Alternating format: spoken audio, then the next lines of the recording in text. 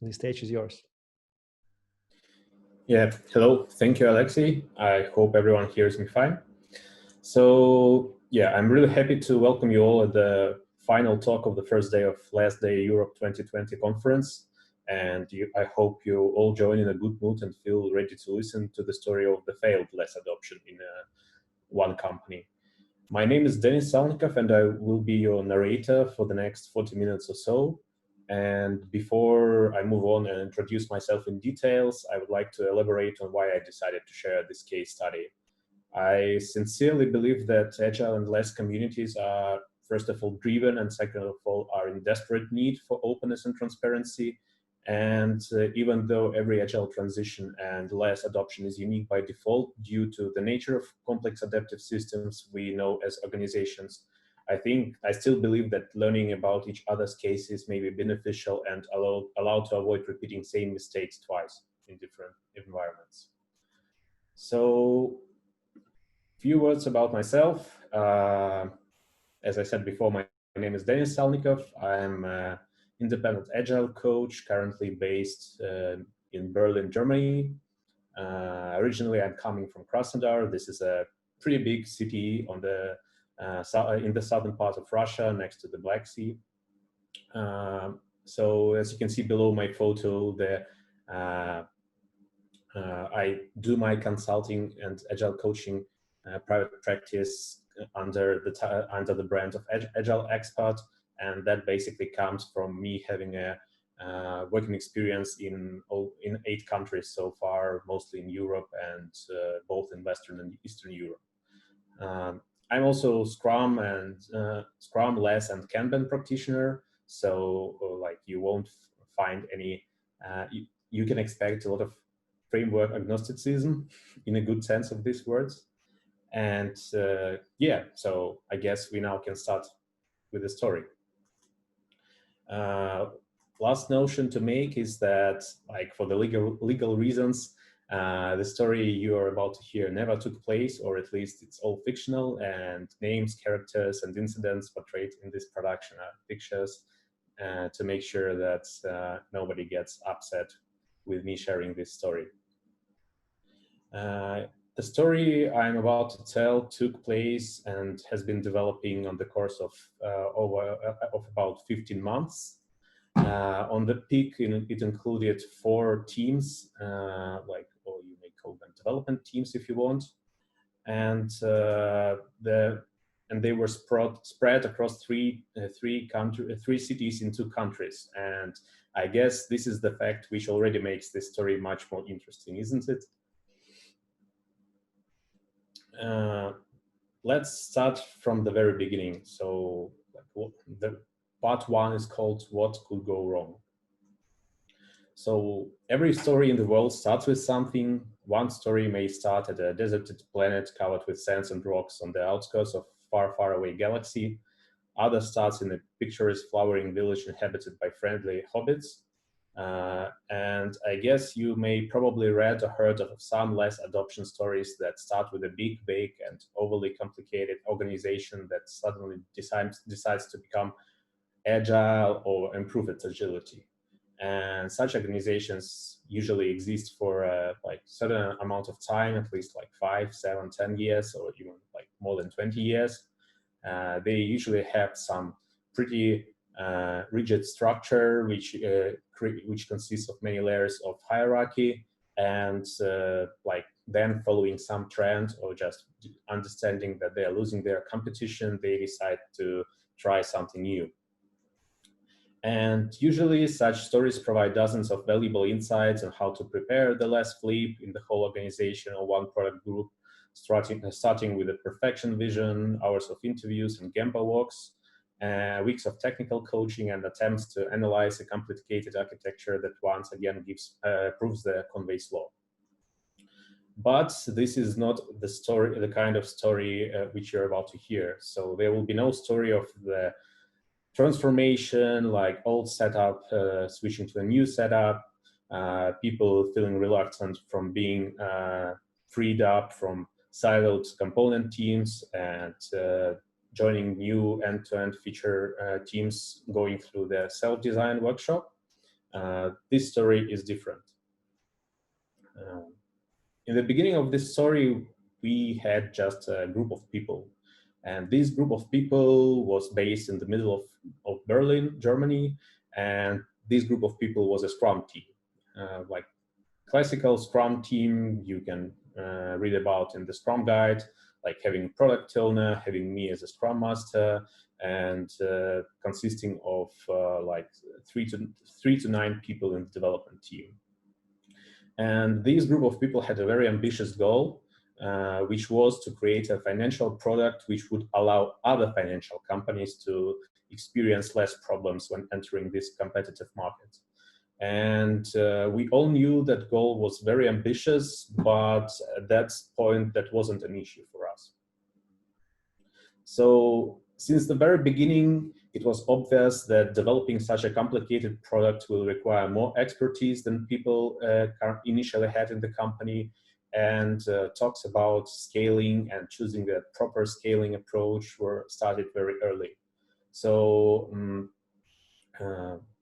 even at the stage of me being interviewed to join this company, we were discussing different frameworks, different scaling approaches, like Safe, like Spotify, like Nexus, like LeSS, and giving my previous experience and giving the previous experience of the company's CTO, we both agreed that on a long-term perspective, choosing LeSS as a scaling approach, or kind of in our case, really scaling approach, since we had nothing to descale, made a lot of sense. And we tried to keep this choice in mind in everything we did. So we tried to keep it in mind in the way when we were deciding on the way we do approach development, on the way we prepare and discuss requirements, in the way we foster the culture of collaboration. And since the very beginning, we aimed to keep our structure as simple as possible to avoid organizational overheads and ensuring that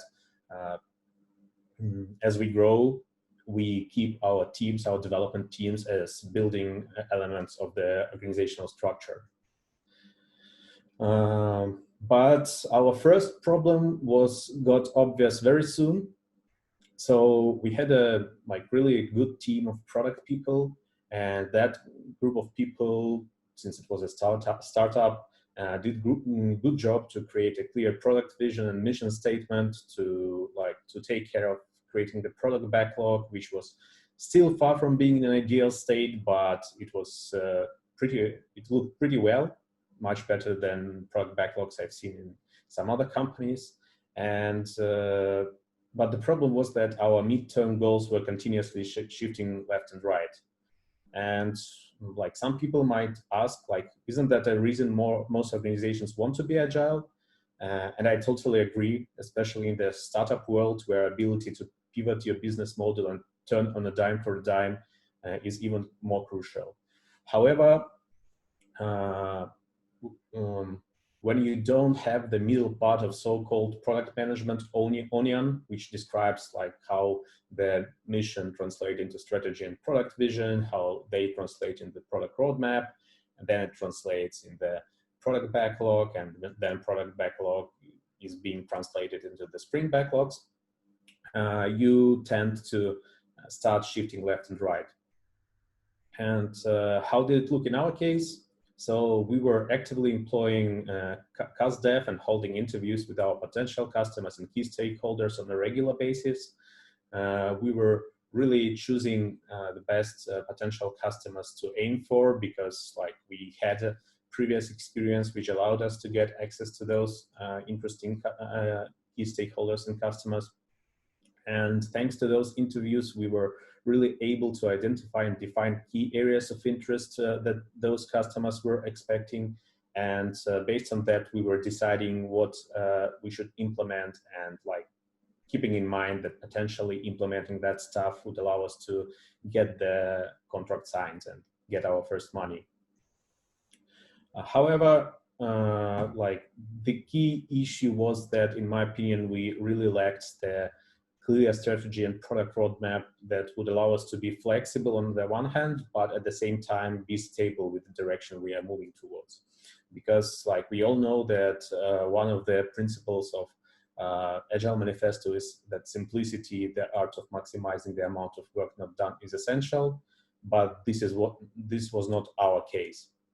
Unfortunately, we were continuously forgetting about the importance of simplicity, and we were losing the track of our product development. So, like, as it was told in the previous talk, for example, we really were able to turn the ship around like every second sprint or so. But when you do this continuously, it makes you start to lose the grasp of your product. You start to forget like why you're doing that, and in the end, you finish up with the product which you don't really own. How it looked in our case was that first we had only one real customer who was paying us money, and at a certain point we understood that all we plan to do in our product is basically reflecting the needs of that specific customer.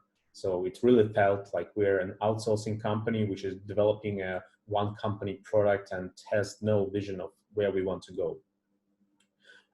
We really felt like our products and our direction like is turning around on the wind like a weather vane.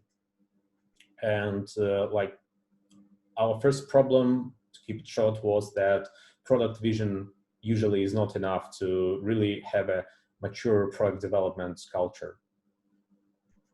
The time was passing by.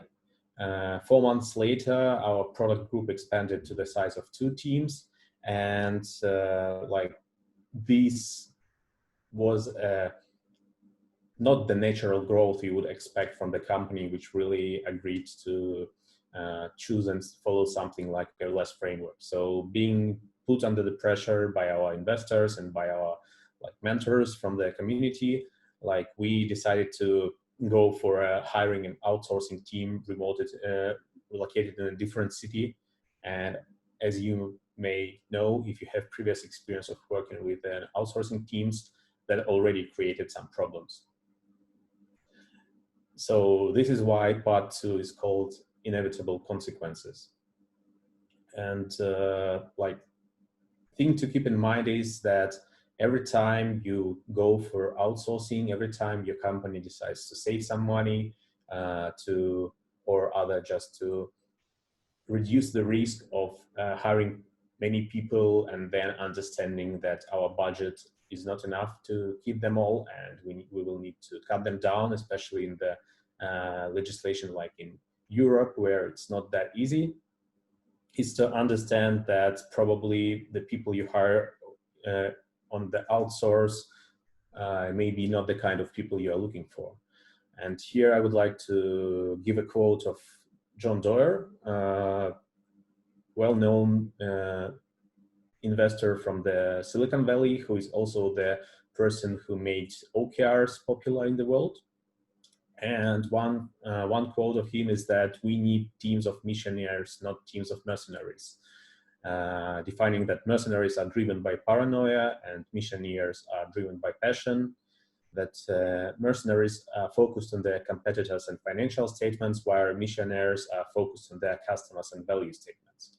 So that quote initially was about the entrepreneurs, since he is the venture investor. But I also tried, when I was observing the situation we find ourselves in, to somehow create to use these missionaries versus mercenaries outlook for our situation. So how it looked in our case, and that was really good represented in the team we had in-house, was that our in-house people were really focused on the problem and were doing their best to address the root cause when something went wrong or when we were trying to develop some new feature. They were really thinking strategically, and it was especially clear when we were taking a look at the way we approach architecture. We were trying to do emergent architecture. We were trying to, since it was a financial market, and we had some also consultants working on our product vision and product value, we tried to use DDD and create a ubiquitous language to make sure that we look at the architecture from the end user perspective. And people were really willing to contribute, really taking ownership when it was required. So like in a good, real less setup. Product owner was not the only person who was solely responsible for taking care of the product backlog, for taking care of like getting in touch with the potential customers, for taking care of working with the incoming customer requests, but the team was also pretty proactive about that, willing to attend meetings with the potential customers and willing to understand the customer perspective. They were also either understanding or willing to understand the product and its context, because like for some of the developers, it was pretty difficult to understand how financial market works and what is the problem that we are trying to solve with our product, but they were really doing their best to fill that gap. And what was the most important, they were really showing empathy to the clients and users. That's why that's why I think that they could really be defined as missionaries in that case. On the other hand, the culture we experienced when we started working with the outsourcing was that people were mostly focusing on fulfilling expectations, and they did not go the extra mile when that was really required for the sake of the product and for the sake of the customers. When it was coming to the architecture questions and engineering practices, they were living in a current moment. They were really strong technical specialists, and they had some expertise, and they were really passionate about solving technical challenges. But unfortunately, the way they approached the product challenges and product needs was not that passionate. They were also not really feeling accountable, and they were not aiming to take ownership of the stuff they were developing and of the stuff we were delivering. And all that was coming from lack of empathy to the clients and users. And as time was going by, at a certain point, we went into a crisis mode, and we had to shift around people because like there was some regulatory requirements we had to address. And that's at a certain point for the like 2 months, that made us work with outsourcing only. And that led to some negative consequences, the inevitable consequences in my opinion. And the first one was that our product backlog quality has really degraded. What I mean by that is that the level of detail of our PBIs got too detailed. We were putting too many things there, including the elements of technical implementation. And this is certainly not the best path to go when you want to make people involved in the product development. So originally, of course, it was coming from the fact that level of commitment and accountability provided by the outsourcers is below the par, and that negatively affects their motivation ownership. But like as a consequence of lack of motivation ownership, they were really putting the bar of expectations on PBI's detailing very high. And this was the reality our product owner, who was still in-house, had to face. But as the time was going by and people were staying with us for a long time, we also seen the opposite side of that, that as they get more influence in the development and as they start to understand the context better, they start to show some signals of a raised level of commitment and accountability, but this level of detail does not allow them to get the context better because it's already defined too far away. And also when it came to our in-house team, which we were finally managed to get back together, was that such level of detail was negatively affecting the autonomy and purpose, which are one of the key factors of intrinsic motivation. And due to the lack of intrinsic motivation, the quality and outcomes, both in terms of like quality of the product, quality of the solution, how many edge cases we have thought about, etc., they were really decreasing. And that again was also creating the second reinforcing loop to raise the level of detail for PBIs. But what we also tend to see after some time is that due to lack of intrinsic motivation, our in-house churn rate went up. So that meant that people were leaving or considering leaving the company more often than before. And as we have previously seen when going through a crisis mode, Unfortunately, the quick fix our management was employing in that case was to go for outsourcing. So like we understood that this is a vicious circle which we need to break around, and that we need to find some place where to apply the leverage to stop it from happening. And like the very first step to do when applying the leverage in our case was to fix the headcount of remote or like outsourcing developers, and also aim for gradually declining it in some time. So we were really aiming to decline the amount of outsourcing people in the next few months. So the thing to keep in mind is that outsourcing is a risk, and the situation we faced with the product backlog and its quality was not the only consequence we faced. As the product group was growing bigger, and we were, and 10 months later from the start, we were already 4 teams spread across 3 cities. We understood that that clash of cultures, if you like the cultures of missionaries and mercenaries, has really like led to some problems with our product's quality. Even though like I know that for people coming from a more stable environments where products are being developed for many years, hearing something about legacy and hearing something about lack of product quality in a 10-month old products may sound weird, but that also can happen.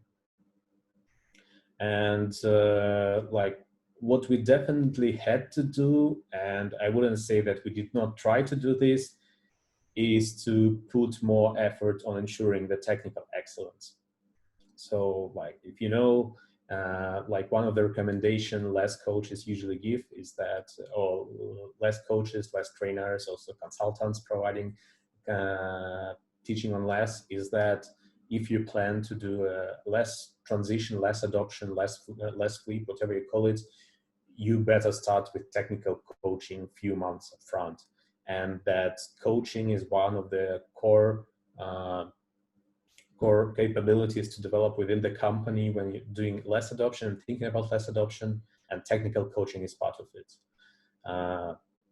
What happened in our case is that we were really heavily relying on technical excellence of people we had, and we were really trusting them to deliver the best results, to provide the best architecture and design, to to write the clean code, and also to make sure that we have like acceptance testing, unit testing, test automation, doing specification by example, etc.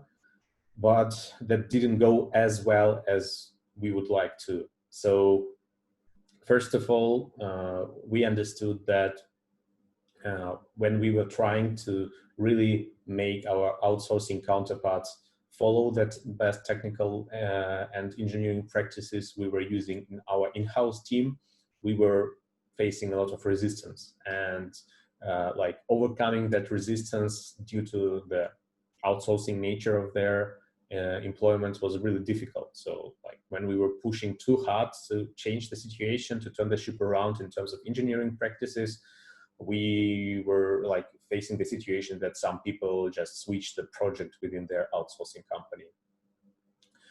We were also heavily relying on improving our continuous integration and delivery capabilities, but like there were also some, let's call it that way, political decisions implied there, because like we created some platform to run our product on in the very beginning of the product creation. But then due to some marketing and due to some promotional reasons, we decided to switch to another platform. And as we understood later, this platform was not mature enough to host our product. And that's how we found our immature product running on an immature platform. But we were not also allowed to switch this immature platform. So this was also like a vicious circle. We were trying to mitigate that with various practices, like with various experiments. And we all know that LeSS as a framework has been born in a series of experiments. So we tried to enforce the cross-team code review between our in-house team and remote teams. We also tried to introduce, and then like almost 1 month and a half later, remove the architect role, which is definitely siloing and creating more problems than gaining benefits. And especially on the big scale, like 4 teams is pretty big scale, one might say, these problems became more and more obvious. And like what was obvious to me from the very beginning, but was not obvious to the whole organization, was that technical excellence for sure requires some discipline.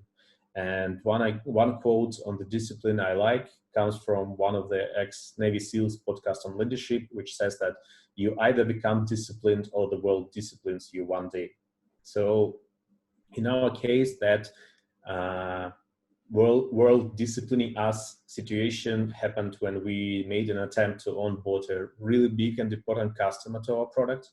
And we were really doing our best to make the product perform, providing the hottest features on the list, and like making sure that results of the cast dev are good, making sure that we get the positive feedback on the potentially shippable increments we deliver every 2 weeks. But our quality was below the par, and we were not really ready to deal with the high load which that customer was requiring.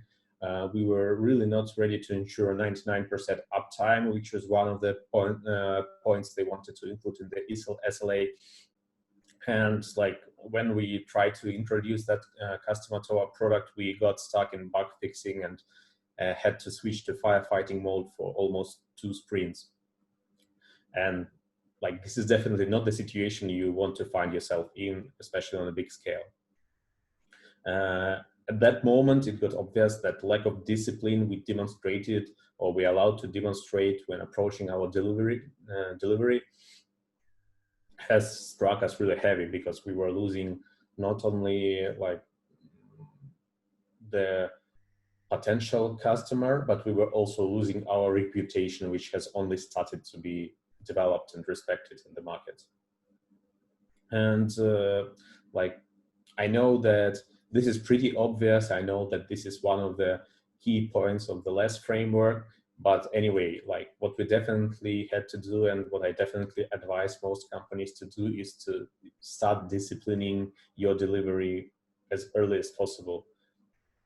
I mean, like, not disciplining in the sense like in another scaling agile framework, but still disciplining in a way that when the moment comes and when you have to shine and when your product have to shine, you can feel comfortable that everything will go okay, that like you have monitoring established, that you have proper test coverage, that you have proper capabilities to react on some alarms and notifications going up, and like that you just can feel really comfortable with the level of quality you deliver.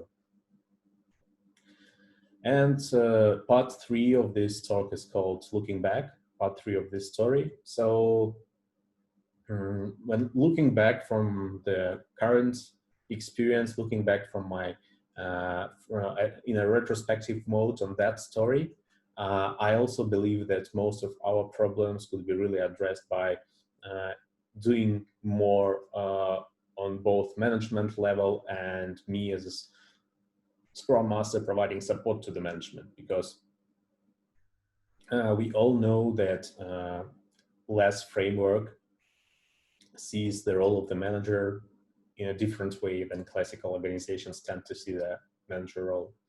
And if in the classical organization, we have the hierarchy, which looks like a classical pyramid, where the most important person sits on the top, like an Egyptian pharaoh, and all people who are working in the teams are in the very bottom of that hierarchy. To have the really flexible, successful, and capable organization, we need to turn it around. So we need to put our users first, and we need to also put our teams on the top of this internal pyramid of hierarchy, because these are the people who, using like a Japanese term, they are a gemba of value creation, which means they are located in the place where work takes place. And to really come up with efficient management decisions, the managers who work in that organization need to employ such practices as Go-See or Gemba works. It was not a problem in our situation initially. So like as it was a startup, management was sitting pretty close with people. We were like sharing the same open space. We were really having short feedback loops when it was coming to some back and forth communication with the management. But as we were growing bigger and as there were more potential customers in the spot, the situation tended to develop in a negative way. So management was continuously in different meetings with potential customers. Sometimes they took no one from the team there. When they were in the office, they were spending their time preparing to the next meeting with another potential customer, and they got really no capability to hold proper interviews with people to understand their problems and needs. They had no proper time to just do some observations in the Gemba and understand how things are going. And after a certain period of time, that really affected the quality of the decisions they were coming up with. For example, that crisis mode, when they decided to shift around some people between teams, like it could easily be avoided if people would be involved in the decision making.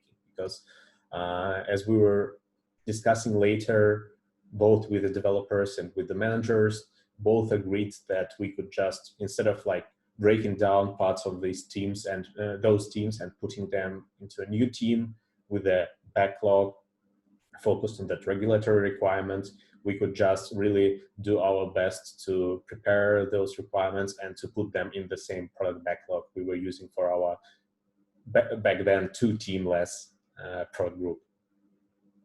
This was not the only problem we had, and these problems were only growing bigger as the time went by, because then as we got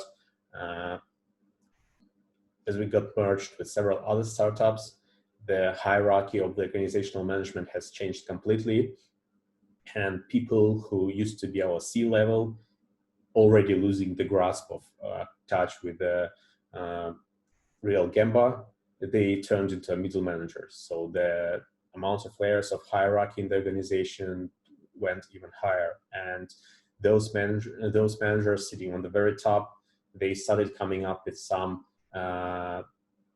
command and control authoritarian approach, making decisions that were based mostly on some like numbers from the Excel spreadsheet and like on what has been reported to them by their peers. And this, in my opinion, was the key issue, because we all know that LeSS sees managers as capability builders. So the role of middle management is to see the whole, to see the holistic picture and build the capability of the organization to build great products. Unfortunately, at a certain point of our journey, we really lost this approach. This was mostly created by the level of stress and by the level of influence potential investors and advisors have on the startups.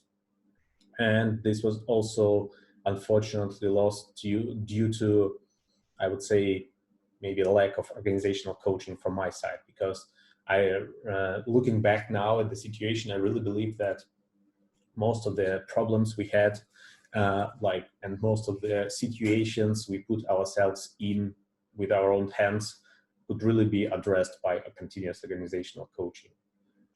So just to wrap this talk up in a proper way, I would say that it makes sense to go through key learnings, key validated learnings coming from that case.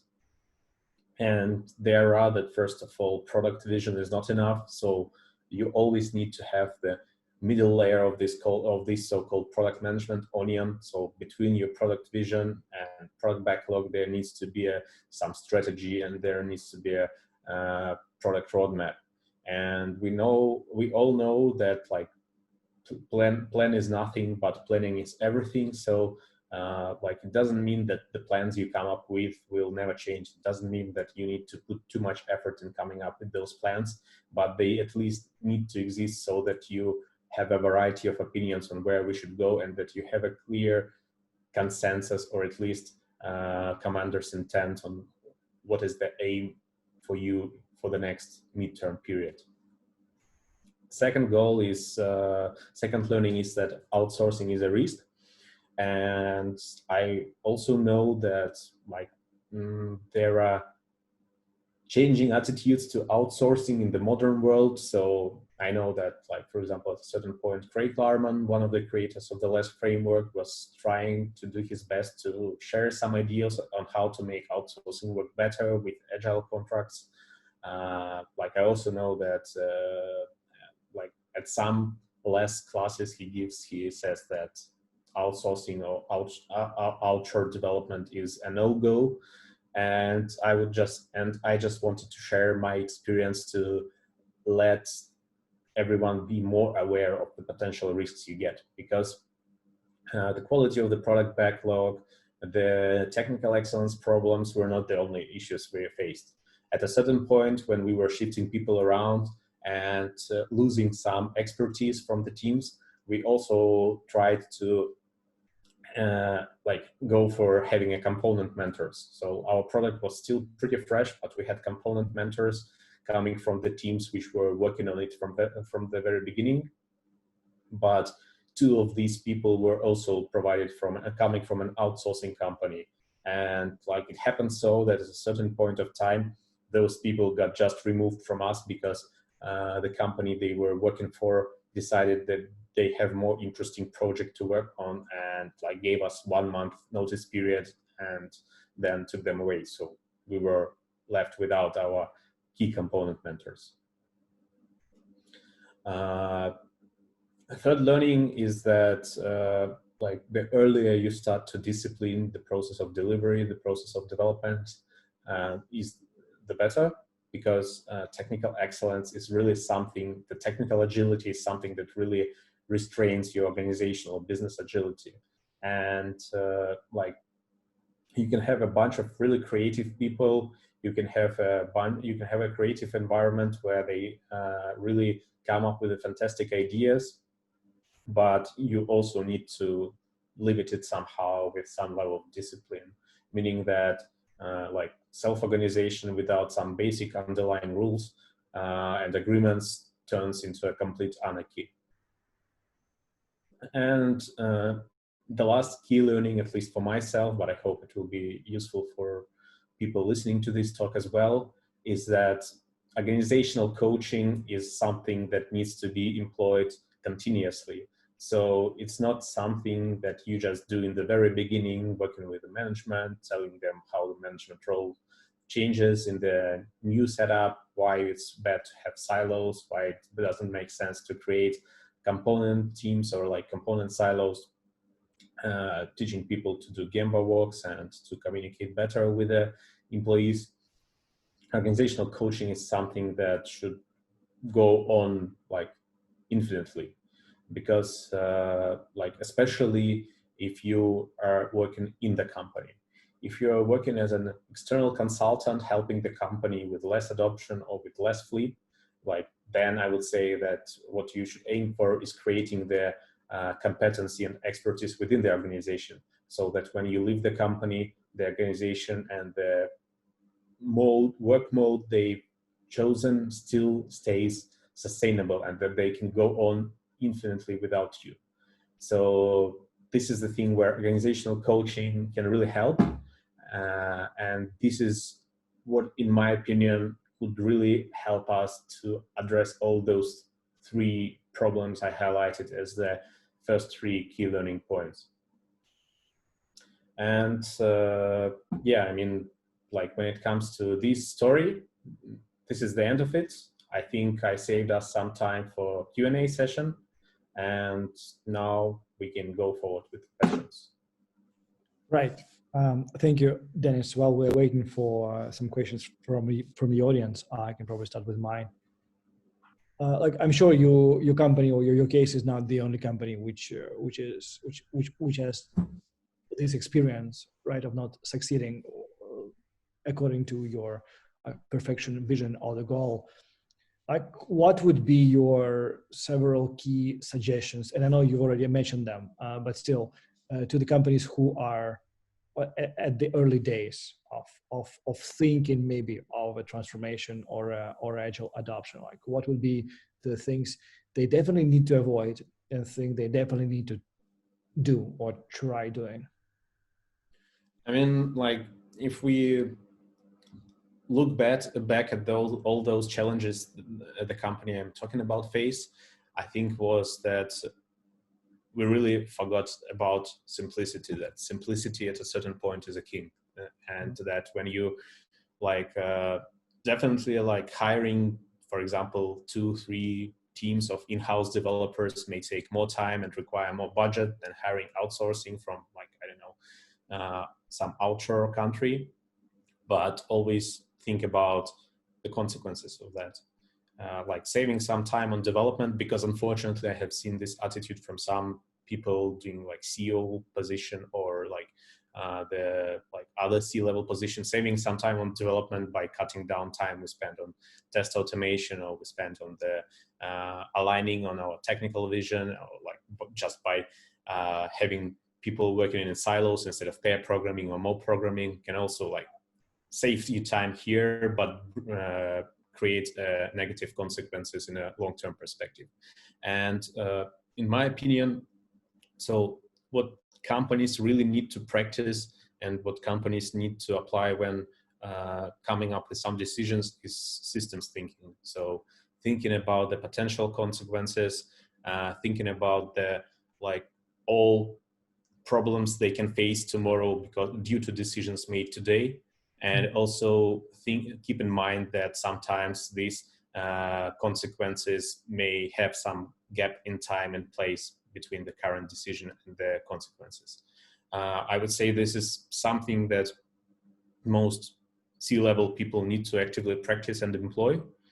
And maybe another problem, like the last point answering your question, is that I would say there is a so-called consultant effect in the agile or like in the software development and in the business world in general. So very often companies and company leaders tend to not to pay attention to their employees and to miss some good ideas and key points that people make only because those people are employed in the company because they're in-house specialists. But then like when some other person, like being a consultant, comes from the outside, does some assessment and comes up with the same like proposals the in-house employees already made before, like they can then start paying attention to those proposals. And I must say that I also faced that several times in my career.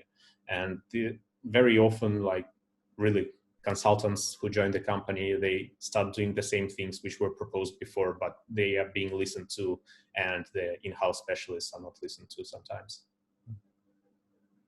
Okay.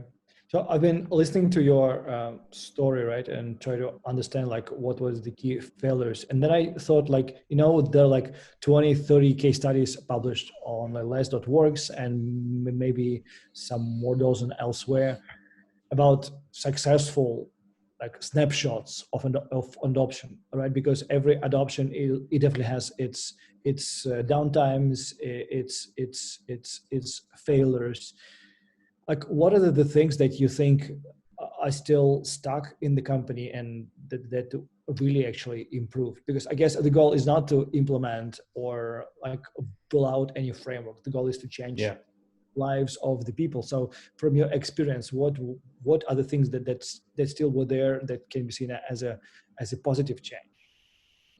I mean, what I personally think stood in the company and what is positive is that first of all, people started to really reflect on the challenges they face and coming up with some like understanding of the problems, understanding how it could be avoided and how we should and must avoid it next time when something like that arises. The second positive thing which definitely stood in the company is the spirit within the teams, because like I would say that even due to all problems we face, even on contrary to all problems we face and all challenges that we face, people in the teams, they never lost their belief in the fact that we're doing the right thing. So what I really enjoyed in that company, and that really contradicts some of my previous experiences and experiences of people from different companies, is that people were not blaming the framework, or people were not blaming the process we followed. People were really understanding that we are doing something wrong, and this is why everything goes wrong, not because of a framework or the way we work. And I know that like after I left the company, people still continue to employ the elements of LeSS, still continue to do Scrum in teams, and like really the people within the development teams became the key advocates for Scrum and for iterative incremental development. And they really had to like learn how to raise their concerns, so to be heard by management, even though. It sounds to me like, and I have the same experience. Like, being consultants, we carry some tool bag, right? Some toolbox that we would like the companies to implement, and we start dreaming their dreams. Like how cool would be that if this client implements LeSS, then I can write it up, and then I can become a trainer or whatnot, right? So maybe it's not a failure for this company. Well, definitely they did implement LeSS, so that you didn't meet your goal. But if what you're describing is true, that people took more ownership and started to practice more discipline inside the teams, right? Maybe that still was the best thing that could happen at that stage of the development or maturity of the organization. Don't you think so? Yeah, I definitely think so. I think that this world is not all black and white. This world has many shades of gray, and like what can be seen as negative thing also always has some positive things in it. And this is why what coaches tend to do when working with the clients. So asking them, even if the person comes with some request which sounds negative and which makes them really upset, asking what are the positive sides in this situation? Like, what can you take out of this situation and take with you in the rest of your life as a positive learning? So definitely, like, this is not the story. This is the story of a failed LeSS adoption, but this is not the story of a like totally failed company. Or right, it doesn't sound like that. Definitely, right? Yeah. Evgeny, you have questions from your side? Otherwise, we'll be wrapping up for today. Denis. We don't hear you properly. A bit louder. Yeah. Denis, let me thank you for today. It's great having you. Come back tomorrow to hear more stories and more failures. Thanks for coming.